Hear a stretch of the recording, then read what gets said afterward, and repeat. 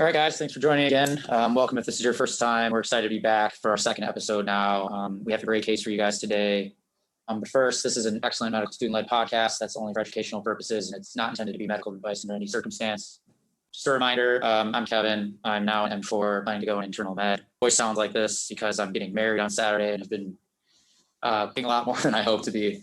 And then we now have Dr. Tommy King here. Sounds strange. He just graduated, so he's officially Dr. Tommy King. He'll be at BGY1 here in July doing internal medicine. And Dr. Abrams is back with us too. And I just want to say we're so happy that Tommy's staying with us next year. I'm happy to be staying as well. I'm very happy, very excited. And then with us today, we have Clara. Clara's an M4, planning to go into family med. And she was a captain of her alternate frisbee team when she was an undergrad. That's pretty cool. And then with Clara is Sam Kefer. He's an M4, planning to go in emergency med. He has career interests in ultrasound, recidivism, and health education. So thank you guys for coming and joining us.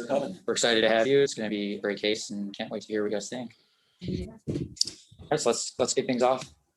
So Alcott 1, the chief complaint is this is a patient, 88-year-old female presenting with a 3-month history of worsening bilateral lower extremity swelling. What starts to go through your mind, this kind of complaint?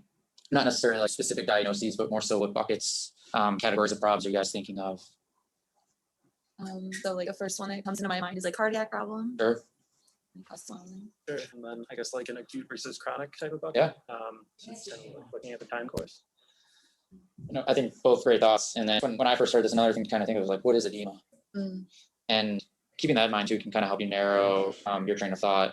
I think just briefly, there's venous edema, which is protein poor fluid. It's really because it increased capillary filtration.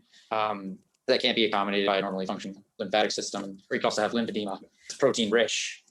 And it's usually resulted from a lymphatic obstruction.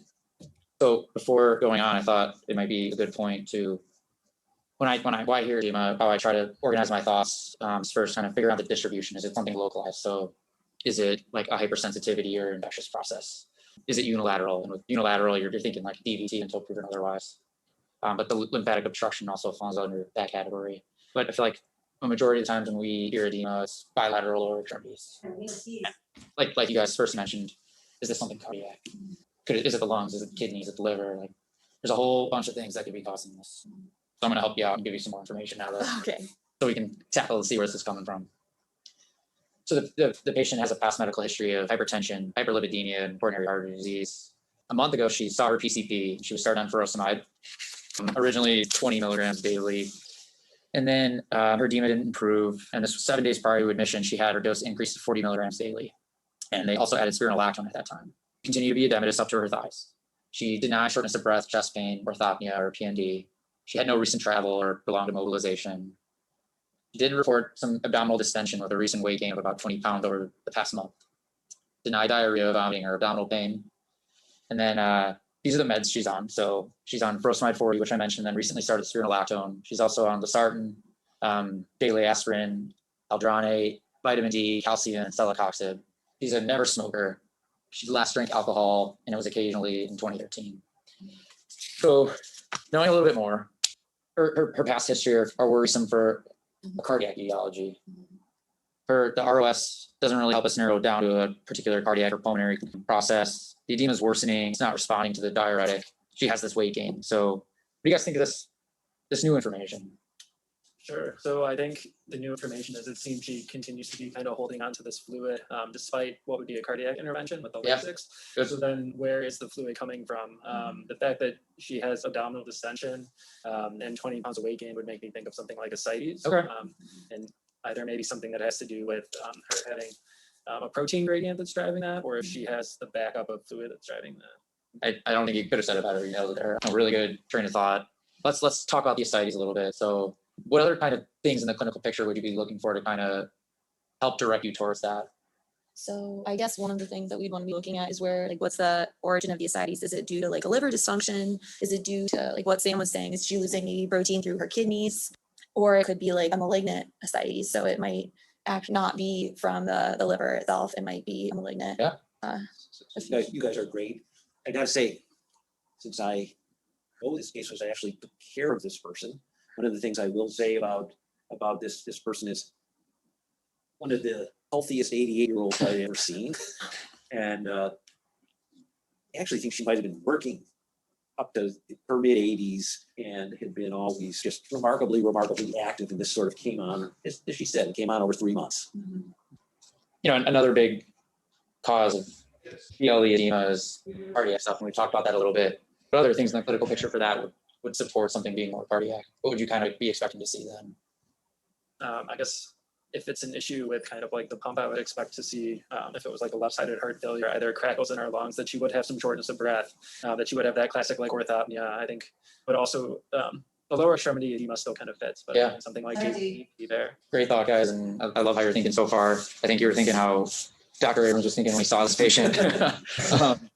So I think now is a good point to talk about a little schema for edema. And I think you can kind of stratify it based on chronicity, like you mentioned earlier, whether it's something more acute or a chronic process, and whether this is unilateral or bilateral. And then when you do that, also keeping in mind, what is it most likely going to be? What are some other things that it could be? We'll keep in mind, but it's less likely. So for the acute unilateral, like we talked about, it's DVT until proven otherwise. But that's another big cause would be a lymphatic obstruction. And then on the more chronic side, BLE edema in those over 50 is almost always secondary to venous insufficiency. And there's some other more uncommon causes. And then on the bilateral side, an acute bilateral lower extremity edema is not very common. It could be explained by an acute on chronic process of a worsening systemic cause that we talked about, like CHF, cirrhosis, or CKD. But then the bilateral symptoms with a more chronic picture, the most likely is venous insufficiency, pulmonary hypertension, CHF, lymphedema, medications, or idiopathic. And then you have a little more uncommon liver disease, nephrotic syndrome, you're losing protein, preeclampsia, anemia, and then even more down that list is rare ones like protein losing enteropathy or restrictive pericarditis or restrictive cardiomyopathy. I did just want to talk about, I think this is something I like to try to remember because we'll get a lot of questions on these, but what kind of medications are associated with BLs like edema as a side effect? I think a big one are calcium channel blockers. Yeah, right. Yeah, calcium channel blockers, I feel like that's a pretty hallmark side effect associated with them, specifically the dihydropyridine ones. Also hydralazine and beta blockers and NSAIDs or some other ones that also as a side effect. All right, I think it's a good point to move on to aliquot 3. Before you do that, just so we're going to go on to physical exam now. I guess I am interested in. So, what are you guys looking for on physical exam that may push you one way or the other? I guess so. Like Sam was saying, if you're suspecting cardiac, you'd look for both left-sided and right-sided failure. So you listen to the lungs to hear for crackles. You would look at to see if there's JVD, to see if there's venous backup. And then also like kind of forward going, you'd see maybe are the pulses palpable pedal pulses palpable, or is there good like blood flow to the bilateral lower extremities? Yeah, I think our exam can help us a lot. I think going back to what Kevin said of like venous versus lymphedema, just like, is it pitting or is it not pitting? Yeah, is it kind of great. firm, establishing that. And then as far as like ascites go, looking for signs of like liver failure or like other signs of like hyperestrogenism or things like that. I think you guys know, I feel like this chief complaint is one where the physical exam can be really helpful in terms of characterizing or pointing us towards what is the cause, right? Like you guys said. Tommy, you got anything to add on there? Yeah. So Sam and Clara, I think, did a great job talking about the exam findings I might be looking for given the differential they have. I did want you guys to think about, like, when you're looking at signs of heart failure, there's some things that are very specific and very useful, and some things that may appear but are not as useful. So, like, what do you guys think would be the top 2 or 3 like most specific signs that you'd be looking for in a patient with acute decompensated heart failure in terms of physical exam signs? I think JVD is probably one of the more specific. I think an S3 heart sound as Yeah. well. Yeah, I exactly. agree on that. Yeah, Dr. Abrams. Yeah, exactly. S3 and JV are the big money signs. Things like rails and crackles are definitely helpful, but those are not very specific. There's plenty of things that can cause those particular physical exam findings or fluid in the lungs in general, whatever the cause may be. So I wanted to make that point. But excellent thoughts about what might be going on, especially talking about not just heart failure, but like hepatic cardiac syndrome, renal cardiac syndrome, when other organs are failing, it puts, extra stress on the heart and like kind of causes heart failure through different mechanisms. So I love where you guys are going so far. All right, let's reveal the physical exam. So her vitals, she's 98.4, her respiratory rate's 20, her heart rate 67 beats per minute. She is hypertensive at 172/69. Her most recent weight was 174 pounds, and she was statting 100% on her air. Under constitutional, she's alert and oriented, she's cooperative, no apparent distress. There was no JVD. Her lungs were cleared all auscultation bilaterally, no crackles or wheezing. On cardiac exam, she had a regular rate and rhythm, normal S1, S2, there was no murmur. Abdominal exam was soft, mildly distended, non-tender to palpation. On MSK, she had doughy edema up to her thighs bilaterally. There's no redness, warmth, or swelling of the joints. Her neuro and skin exam were normal. There was no bruising or rashes.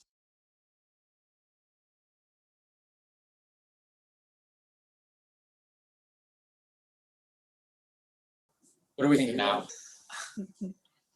Helpful, not helpful? I think it's helpful in that it kind of it leads you away from certain things. Yeah. Like I'm less suspicious of, I would say, heart failure. I think so. Yeah, I mean, for all the reasons we talked about, right? Like the things you were hoping to see, they're not here. Mhm.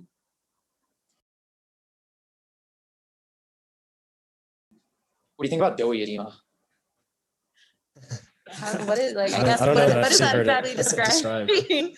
Exactly, Doug. It feels like dough. You ever touched dough before? That's what it felt like. Okay. I don't know if you have a pearl on this. I really, actually, I don't. It is something that I've seen before, Mhm. and I'm not sure that it leads me one way or another, but it's, there's sort of this swishy edema you get with heart failure often, and it really didn't feel like that. I'll tell you that. So we're not finding any of the physical exam findings that would suggest a cardiac or a liver type picture. What kind of things would you start considering now at this point?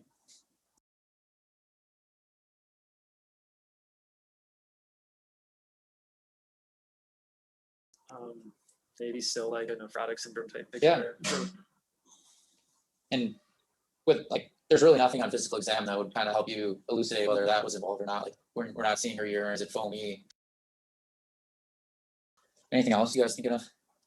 I think it's also helpful just to have like no skin changes and just like if this is like venous stasis, there's no like hyperpigmentation, there's no ulcers, there's no things that would tell us that there is just like a general backup of Yeah. fluid. Great pickup there. Same with like no redness, warmth, or makes me think like it's not like a cellulitis that she's having an infection that's causing a more local response. Yeah. So again, the physical exam looks pretty unremarkable, but in a lot of ways it's really helpful in directing our thinking away from a lot of things. Yeah. But unfortunately, it's not screaming out like, "Oh, we got to head down this path." Yeah. Right. No.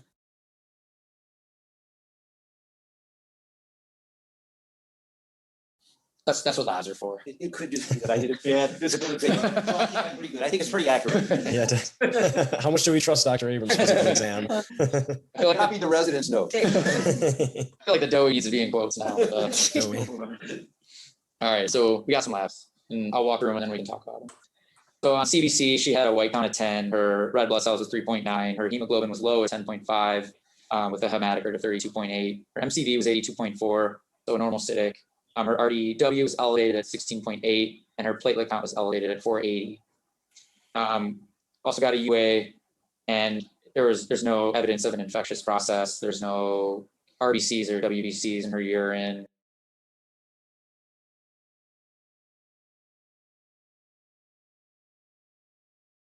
No protein. And then on CMP, sodium's 134, potassium 3.8, chloride 102, bicarb 25, her BUN was 18, and her creatinine was 0.8. Glucose a little bit up at 110.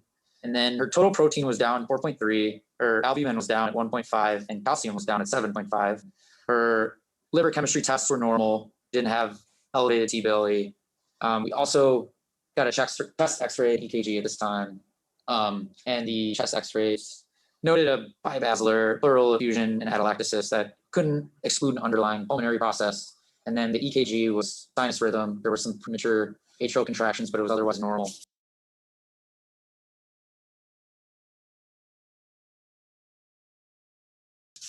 Why don't you guys just talk about what There you sticks go. out? Yeah. Yeah. That was a big one. But let's talk about what sticks out there. So definitely the low protein sticks out. Sounds like it's probably involved in the pathophys and the swelling. And the no protein in the UA, but I also know that protein in UA only measures a certain type of protein. It doesn't Sure. measure all Right. protein. So yeah, wait, Clara, so the protein in the UA, what types of proteins are you missing? So we're missing immunoglobulin. Great. Globulin. So that would Yeah, be, and some light chains too, right? yeah. That would be Awesome. And then what do you guys think about like kidney renal function? Looks okay. I mean, Yeah. creatinine is where you kind of expect it to be. 0.8. I think as you get older, you lose like muscle mass. So it's normal to have it a little bit lower. Other than that, there's nothing into that striking other than what Clara mentioned. I guess So if you were going over this case and you're looking at the anemia and the creatinine, what other information would you want to know and look back at before like determining what exactly might be going on? This is totally guess what I'm thinking, but you want to see the trends, right? So you want to say, if this patient's anemic, where do they usually live? Is this an acute change? Have they been at, whatever it is, 10.5 for years and years? Same thing goes with the creatinine. It doesn't appear to be an AKI, but when you guys rotate through renal, it definitely matters what the baseline is. So that's just one thing definitely to keep in mind. I wonder why the calcium's low too. Yeah. Yeah. So take a deep breath of that. And again, you guys have been great so far. And you grew up a wonderful thought process around this. And it is time to stop for a second and say, so it could have been one of these three things, right? Because you really sort of threw three things on the table to start with, right? So it could be that. Of course, you have to start thinking about alternative diagnoses now. And there's information out there to maybe at least think about what those alternative diagnoses are. I don't know if Kevin was going to comment on the calcium and what that means, which is maybe nothing, actually. Like in this context, the lab reading comes back calcium low. But we have to all look at that in the context of her overall protein picture with her albumin. Right. So there's the corrected calcium, right? And it is a formula, and it's calcium plus 0.8 multiplied by 4, which is a normal albumin, and then minus the measured albumin. And the corrected calcium in this case she has a calcium of 9.5. So she's normal calcemic. So what we're seeing here from the labs is she's anemic. She doesn't have proteinuria. Her LFTs are normal. White blood cells are upper limit of normal. Otherwise, it's isolated hypoproteinemia, and what came back as hypocalcemia, but corrected, she's normal calcemic. The chest X-ray couldn't rule out a pulmonary process, but bibasilar effusions is pretty nonspecific. Wouldn't have helped us much anyways. It's probably consistent with her low albumin, right? You just start third spacing fluid in funny places. So we have this information. What would you guys kind of be interested in looking further into at this point? I guess, what do you think about her anemia? Is it abnormal for an 88-year-old woman to be anemic? Well, I guess, what Tommy was saying is kind of looking at her trends. Where does she Sure. normally live? Yeah, Absolutely. that'd be super helpful. Like if she's normally a 14 and now she's a 10. Right. Sorry, we don't have She's been that. healthy. I told her she's been healthy all of her life. Yeah. The reason she's 88 is she hasn't gone to the doctor. Yeah. All right, I'll phrase it as a hypothetical. Let's say it's a great man in his 90s of perfect health who has had normal hemoglobins his whole life, suddenly comes in with a hemoglobin of 8. What kind of red flags are you guys worried about there? Just as far as we know for like her and that, is there like hemolysis going on, or is there Like a cold. Yeah. Yep. Definitely. Yeah, definitely. I'm sure you guys remember from, learning through third year clerkship, unexplained iron deficiency anemia in a, otherwise healthy elderly person is colon cancer until proven otherwise. Sometimes not always the case, but a good thing to always keep in mind. I'm seeing in the chat malignancy, GI bleed as well. I don't think there was like a DRE included in the physical exam. So that was maybe another something to think about. So I think you guys are definitely like starting to think on the things in terms of the right things. I really like what I'm hearing so far. I guess now when I'm looking at this just now, I'm thinking, what could tie together these two processes? Like what could account for what looks like to be an iron deficient anemia picture and a low protein process? So does something tie that in? something like Crohn's disease? Yeah. He has no history of it, but I think it has like a biphasic kind of arc onset. it could tie it together because it can cause protein malabsorption, but at the same time can kind of cause that anemia. That's a great thought. I mean, great reasoning there in terms of that. Yeah, Yeah. very good thought. Let's We could, Yeah, go ahead, Clara. like, if we're thinking colon cancer, it could be colon cancer that metastasized to the liver. Okay. Since that's its number one point in metastasis. I like how you're thinking there too. Just a mess to the liver. Are we losing albumin production? Mhm. So we're gonna continue with a little more labs. Well, what would you guys, before we go for our discussions, what other studies would you guys be interested in obtaining? Any other lab values? I heard someone talk about like hemolysis. Are you guys interested in hemolysis labs, things like that? LDH, hapto, et cetera. I guess iron studies too. Yeah. I was looking at it. Look at some iron studies. Her iron was low at 20. Her TIBC was 220. Her percent SAT was 9, which is low. Ferritin was low at 52. Folic acid and B12 were within normal limits. Her CRP was elevated at 23.6.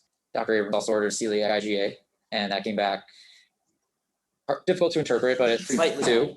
And then he also had a stool calprotectin, which was markedly elevated at 1,675. Let's break this in chunks. So let's talk about the iron studies. Does this help you guys? How do you interpret these? I think it kind of solidifies for us that it's an iron deficiency anemia. Yeah. Low iron, low ferritin, high TIBC is kind of that like classic what we would be looking for. Yeah, great, exactly. Awesome. Yeah, go ahead, Tom. Oh yeah, no, I totally agree. Very exactly this kind of hammers home that it's an IDA. And then with the CRP, what does that raise thoughts on? Just that there's an inflammatory process going on. Exactly. It's not specific, right? Like Right. it's inflammation is occurring. Is how I always try to put that into context. And then the IgA for the celiac antibody test, it's a little bit elevated, so we can keep thinking about it. I don't have much experience in seeing a lot of celiac patients, but I would kind of anticipate that we'd be expecting a more significant change from the normal values. But how about the stool calprotectin? I didn't know what that was, so if you guys don't know. I needed my memory. But I remember it's something that can correlate to is this like an inflammatory related kind of diarrhea Mhm. or stool. Yeah. That's exactly. On the So money. it's correlates with the level of inflammation and diarrhea in the GI realm. So it sort of has a relation to the severity of what's going on as well. Yeah, no, great and impressed. Definitely had to look this one up. Yeah, good job, guys. Understand what an elevated level even suggested, and I think it's one of those times where you get one case on your rotation and it just Sticks, sticks. And then you can Yeah. roll around yeah, it. great. We'll come back to that in a second. I thought it'd be a good point to just briefly go over iron deficiency anemia. It's a big topic, and a lot of patients have it. And I think Sam already hit it on the head with the lab diagnosis. That's a core question all the time. Like you're gonna have the decreased MCV, RDW is gonna be up. It's normally microcytic, ferritin and iron are down, and then transferrin's up. What causes iron deficiency anemia? I like to think of it in 3 buckets. Is this because we're losing blood or iron? Is it an absorption problem? Or is there an increased demand? So like we've already talked about, is she hemolyzing? Is it colon cancer? Does she have an underlying malignancy? Is she malnourished? She's not taking PPIs. Does she have a gastritis, celiac disease? And then just some other things to keep in mind are complications of something, if there's been more longer standing iron deficiency, you can get things like Plummer-Vinson, restless leg is associated with it. Then you also have the physical exam findings of ascites, spica, chelosis, or the nail finding that I won't try to pronounce, Soiling-Chia. But I just thought this would be a good point to kind of go over. Dr. Abrams. Koilenikia. That's how it's I just think of it, the nails caving in, right? Yeah, spooning of the nails, right? Before you guys go on, because we're getting close to the end here, I actually maybe would say, at least in your own mind, can you sum up this case up to this point right now? So if I said, give me 1 sentence or 2 sentences at most about this case as you see it now, how would you describe it? So this is a 88-year-old woman, obviously who presents with edema, and tell me about your thought processes. 1 sentence. I know that's hard. So I guess I would start with it's our 88-year-old female who has a past medical history of hypertension, hyperlipidemia. There's one other CAD. CAD thing, and presents with 3 months of kind of chronic progressive bilateral lower extremity edema that's been resistant to furosemide treatment. Like on physical exam is only significant for bilateral lower extremity edema. And then on lab, she was found to have microcytic anemia, well, iron deficiency anemia, and Hypoalbuminemia. It is just thing, what bucket would you put this into? Is there a bucket that you would put this into right now? At least in your own mind. So you can say, I know this is a CH. I know this isn't her heart. I know this isn't her. I don't think it's her heart. I don't think it's her liver. I don't think it's her kidneys. Yeah. You think it's GI. so you think it's GI and as I think of it, I say, and if it's GI, tying it to her low albumin, it's a protein losing enteropathy. Is that Yeah. kind of the way you would characterize it? I think so. Tom, you agree? Yes, I think they are on the right track. I like what I'm hearing. What would you hope to get next to kind of help support our thought process now? I think she probably needs a colonoscopy. Okay. I was gonna say, The next aliquot is actually imaging. And I thought colonoscopy too. This will be a good teaching point. So she had a CT enterography done. It showed small bowel narrowing strictures with mural enhancement. There was wall thickening of the distal ileum. There's the small bilateral pleural effusions, left greater than the right, compressive atelectasis. She had pelvic free fluid, which was an unanticipated finding in a patient of this age. So we'll first talk about the findings, then we can talk about this just imaging study more generally. What sticks out? so the small bowel narrowing structures and the mural hyperenhancement sounds like, so because it's in the small bowel and it's not starting from like the rectum, it would be, of the irritable bowel diseases, it would be Crohn's more Sure. likely than ulcerative colitis, like Sam was saying earlier. How about mural? Like for me, mural's always a buzz for Crohn's, right? Yeah. Like it's the transmural process. And then like Clara already mentioned, yeah, there's no colonic or rectal involvement, but you have the small bowel, distal ileum. Seems like it's all pointing towards the Crohn's picture. So we can just talk about these studies and what other options there are also at this like juncture in the case. So a CT enterography is useful for detecting small bowel inflammation and complications. It actually has a sensitivity of about 90%. It does require IV contrast and has a radiation risk. An alternative would be an MR enterography. You avoid that radiation risk. It's good at detecting abscesses, and it may even distinguish between a fibrotic or an inflammatory stricture. There's also capsule endoscopy, which the field seems to be moving more and more towards. And this was something I just found on review. It can actually visualize aphthous ulcers that CT and MR can't pick up. Some studies more recently have suggested improved sensitivity. But their recommendations are that you have to rule out a stricture first. And I was like, oh, why? Well, the capsule can get stuck, right? But it actually sounds like there's been some advances where now these capsules dissolve. So that may change and this may become the preferred recommendation. I don't know, Dr. Abrams, you can comment why you went with imaging before colonoscopy. The reason for imaging initially was that, again, people felt that this was a protein losing enteropathy, and it was probably at least in the small bowel. And remember, when you do colonoscopy, maybe you can get into the terminal ileum, maybe you can't get into the terminal ileum. And so everybody wanted to take a look at the small bowel first to see what was there. And could you have been faulted for doing it the other way around? Absolutely not. But that I think was the driver for doing the imaging first. Yeah, I think it's good to review, when you consult GI and you ask for a scope, like what can they visualize with their various tools and modalities. And like Dr. Abrams said, colonoscopy will go maybe up to the terminal ileum, maybe not quite past it. And then upper endoscopy gets to maybe the second part of the duodenum and no further. So you're missing a good chunk of the small intestine between those. So that's where, CTE or MRE or capsule endoscopy comes into play. And just another reason to push towards that is Crohn's is skip lesions, right? We don't want to miss it. I think it's just more comprehensive that way. You guys have done great. Your reasoning's been incredible. The next aliquot will reveal the final diagnosis. So I'll ask you guys both now to put your nickel down and tell me what you think's going on. I guess I'd put John Grimes. Yeah, same.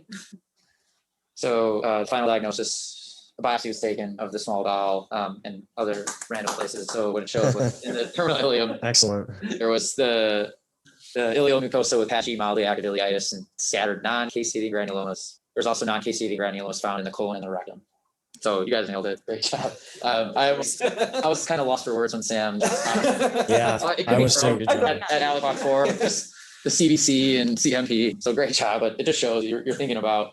I think the physical exam directed us away from all the things would immediately think it would be, and then we had to readjust our thinking, and you did that great off just with labs. So great job, guys. Yeah, that was fabulous. And you know, the hard thing was she really had no GI symptoms Yeah. whatsoever. Yeah. And she had, even after we knew, we went back and asked her, and she had none whatsoever. And Wow. remember, Crohn's can present that way. I mean, Crohn's can present, and actually it's fairly common to present as a wasting disease. So some people have no diarrhea. And but she had absolutely nothing. Literally, her legs were swollen, and that was it. So yeah, great job, guys. We're gonna have Tommy walk us through some teaching points on Crohn's. There we go. All right. So for those of you watching, this is a busy slide, but I'll try and make it fast and high yield. So Crohn's disease, like we talked about, actually the common symptoms are going to be abdominal pain, diarrhea is typically non-bloody, the apis ulcers in the upper GI tract, malabsorption, which is the key finding that our patient had some iron deficiency anemia, had some hypoproteinemia, and hypocalcemia. Also, Crohn's disease has a lot of extraintestinal manifestations, arthritis, uveitis, scleritis, erythema nodosum, skin tags, and fistulas. And then in terms of diagnosis, you'll see our patient had a tiny white count. It was like 10.09. You'll see IDA, increased inflammatory markers. Our patient had an elevated CRP. And then obviously you have your endoscopic findings, skip lesions, cobblestoning. And then it's important, I think, to think about the complications. Right. So with Crohn's disease, the main things you get worried about are stricturing in the bowel, which can lead to obstruction and require surgery and more high level management. And then fistulas, which can lead to intra-abdominal infections, intra-abdominal abscesses, and lead patients to be really, really sick. That's like one of the key things I would like you guys to remember. And then from one of the IBD fellows when I was on GI, you always want to say whether their disease is stricturing, fistulizing when you're presenting a patient, so you can know what complications they've had or what complications they're at risk of.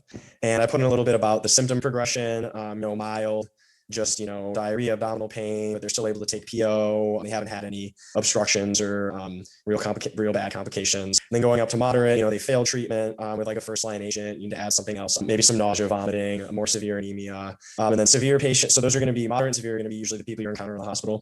Severe is going to be people who are toxic, high fevers, obstruction, fistulas, abscesses. And interestingly, the symptoms don't correlate very well with the presence of inflammation.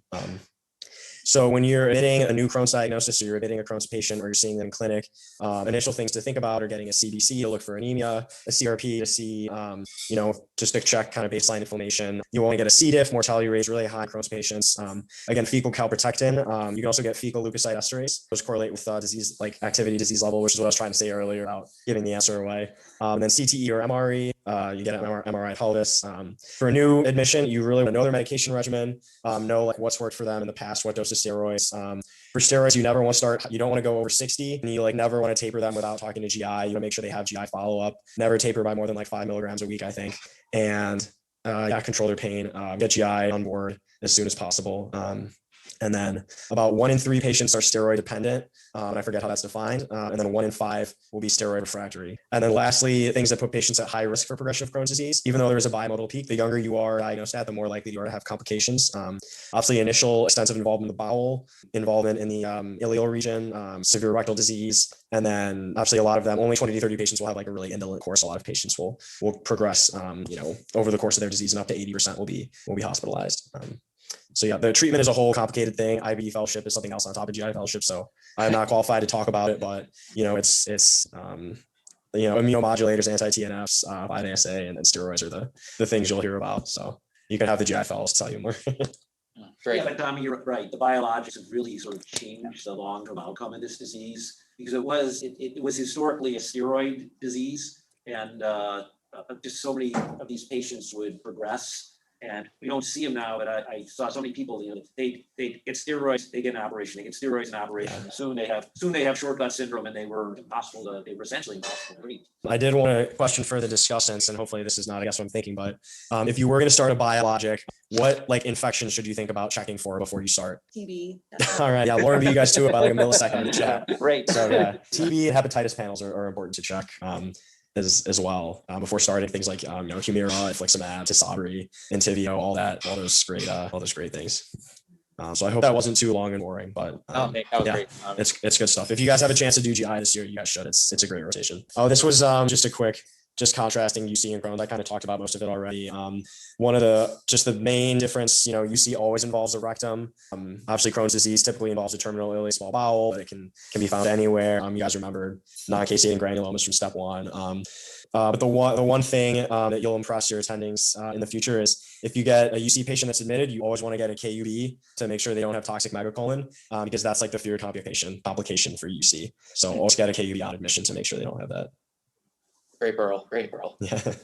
And then to wrap things up, we're bringing it back to Dr. Abrams' historical perspective. Okay, so I had a chance to read about the history of this, and the first thing I'll say is the first paper published on this was in JAMA back in the 30s, and it was actually authored by 3 people, and the first person's name was Burrell Crone, and they put their names in alphabetical order. So although there were 2 other people on this paper, he's the one that is credited with it, and he spent the rest of his career saying that it shouldn't be named after him.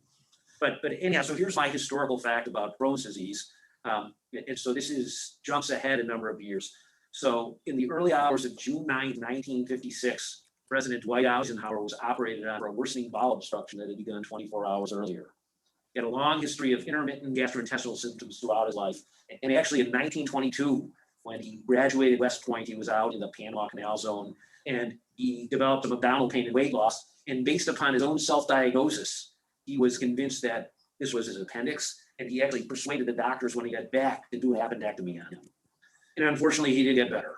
And so over the years, he underwent numerous evaluations. He had x-rays in 1949 that revealed some irregularity of the caliber of the small bowel. And actually, a month before his surgery in 1956, he had some small bowel x-rays that really sort of revealed a picture that was very typical of Crohn's involving his terminal ileum. Anyhow, so the operation that he had performed that morning was not a bowel resection, but he had a bypass of his 40 centimeters of his diseased terminal ileum. And so essentially they took the healthy bowel above the disease area and they anastomosed to his transverse colon. And he made a good recovery after that, and different times in the hospital, 21 days, but did really well. And there was a lot of criticism around the decision to do the bypass as opposed to just resecting the colon. And essentially what the surgeon said, if anybody knows about Eisenhower, it turns out he had a really massive MI about 6 months before this happened. And so surgeons said, there's no way I can do this. I got to get in and out as quickly as possible. He also said, when I went in there, the tissue looked dry. It didn't look like it was, it didn't look soft and yucky. So he justified it by saying, look good, I had to get in and out of there. So Eisenhower actually had an autopsy. I guess all the presidents did at that time. So when he died in 1969, they did an autopsy on him, and they looked at his terminal ileum, and it was, here's in quotes, characteristic of relatively quiescent Crohn's disease. So as far as I know, Eisenhower was the only president that had inflammatory bowel disease. Well, and on that note, guys, thanks for tuning in. If you have any interest in coming on to be discussed, please reach out. Or if you have any interesting cases that you want to present, we're looking to add to our cases. Hopefully we'll transition to 2 episodes in the future, and then stay tuned to see what cases we have. We're going to bring some special guests on. So thanks to Sam and Clara for joining us today. Thanks, Tommy, for joining us also, Dr. Abrams. And one last thing is we got to congratulate Kevin on his upcoming wedding. Yeah, congrats, Kevin. All right, guys, on that note, we'll sign off. Keep it 8-0 × 3.